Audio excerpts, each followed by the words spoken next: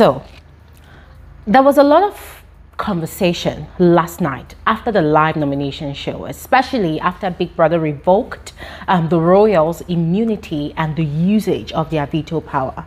There was a lot of tempers flaring here and there. There was a lot of conversations. There was a lot of blame game, yes, especially from KANAGA JNR and TSATSII towards IPELENG and Miracle. And guys, it was so annoying to watch and listen to, because we know the truth. Yes, fans might get in their feelings and want to say, okay, oh my God, let's pump TSATSII with votes. But on this video, we're going to talk about the facts, all right? We're going to talk about why Big Brother revoked these people's immunity and their veto power. We're going to talk about what exactly TSATSII did to warrant those punishments from Big Brother. And then we're going to answer the question of if Big Brother was very extreme or not, or if he actually meted out the appropriate punishment to the royals. Yes, because guys, I've been telling you all that the biggest problem I have right now that's worrying my life is the Nigerian general elections. But then I went on to Twitter, you know, to follow up with news, follow up with updates, what's happening, what's the situational report, you know, especially now that INEC is collating the results. And I was seeing as well, you know, people expressing their sentiment about the whole Big Brother Titans drama. And I was so upset. And I put out a tweet that if not for the Nigerian elections, that's actually my biggest worry right now, I would literally spend time blasting TSATSII. So probably might be doing a bit of that on this video. But ladies and gentlemen, continuing from where we stopped on my previous video, where I told you all that this is not the first time that TSATSII is actually conspiring with a fellow housemate when it comes to nominations, guys, we're going to continue to bear all the facts out on this video. So I urge you all that as I, you know, share my views, please go ahead and also share yours in the comment section below. All right. And you are all specially welcome to my YouTube channel. My name is Glory Elijah. This is Frankly Speaking with Glory, and I am the girl with the T.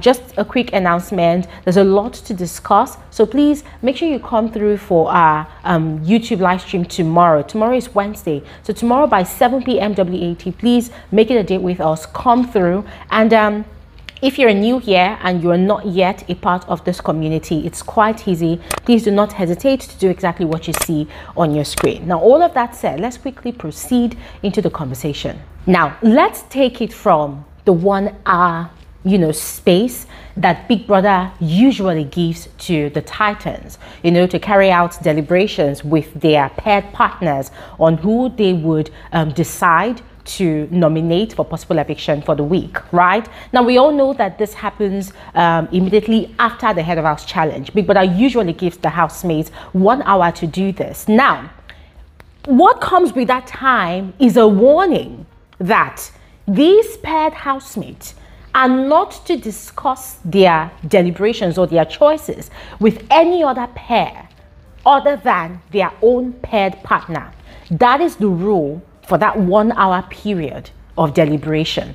These housemates are aware. And the beautiful thing about the Big Brother show is Big Brother enjoys repeating himself, not because he just solely enjoys repeating himself, but because he knows that these housemates sometimes enjoy breaking the rules. Yes, most of the time they enjoy paying deaf ears, you know, to his instructions. So that's why you see that every time Big Brother constantly repeats the rules, whether they want to play the arena games, repeats the rules, head of house challenge, repeats the rules, wager task presentation, repeats the rules over and over again. And you will still find out that there are still people with blockheads or deaf ears that will still go ahead and break those rules.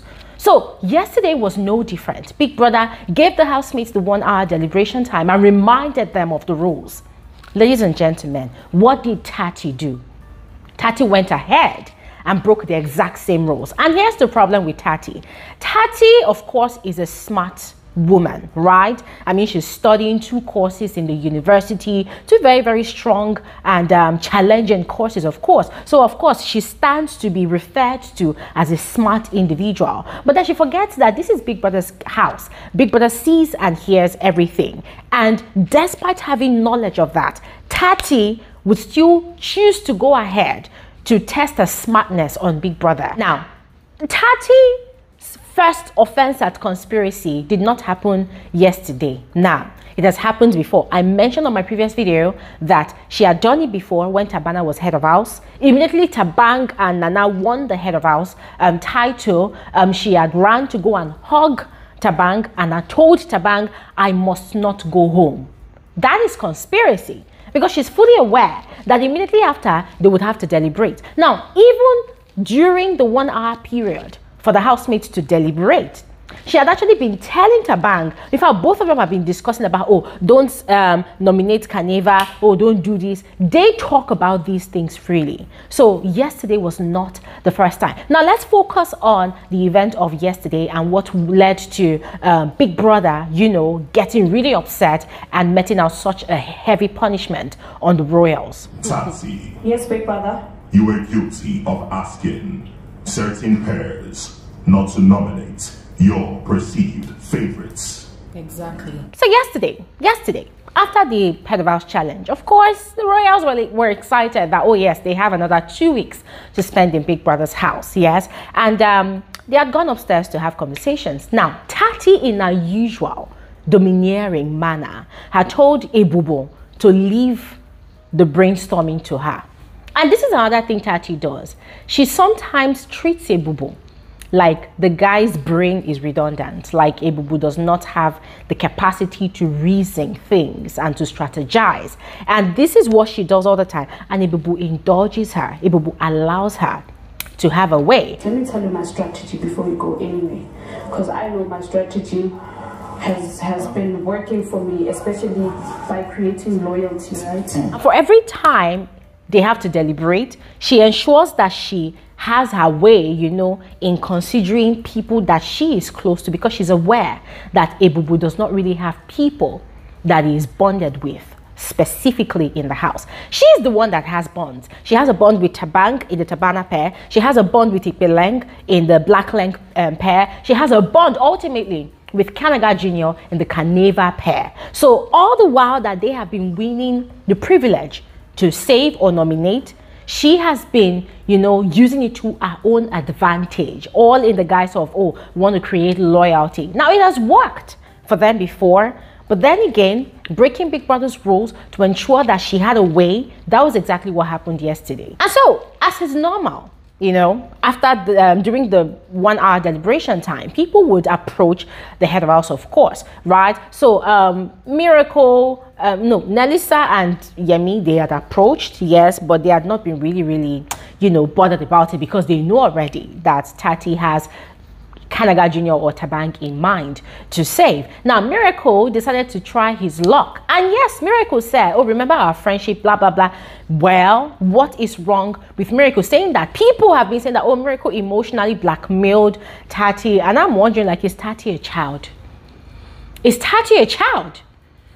Does Tati not recognize emotional blackmail when it comes to her, when it's being pushed at her? Is she that gullible? And of course, we know that Tati is in no way gullible. So why? What's the conversation about, oh, emotional blackmail? No, that is what people do. Tati has also been emotionally blackmailing people. She emotionally blackmailed Thabang by telling him, I must not go home. Yes. So she's been doing it. So what was all the self-righteousness or the pity party? Anyways, other housemates spoke to them. IPELENG, her best friend in the house, spoke to her. And there's absolutely nothing wrong with that, because Big Brother specifically instructs the housemates to beg the head of house not to nominate them or to even use their veto power on them. So there was nothing out of the ordinary that happened yesterday. Miracle going to go and beg Tati, IPELENG going to beg Tati, everybody going to beg Tati. There was nothing out of the ordinary. That was normal. That was what was expected of the housemates to do, and they were only abiding by Big Brother's instructions because they were already aware that Tati had people already in mind that she was going to save. Now, where the problem actually happened was when Tati once again was having conversations with KANAGA. That was where she was conspiring, and it was very glaring. And KANAGA reminded her that no, you know you're not supposed to talk about this. That's conspiration, or conspiracy rather. You're not supposed to talk about it. And she's like, oh yes, oh yes. But she continued talking. And it made it very obvious that she knew what she was doing. And guess what? Big Brother was not having it yesterday.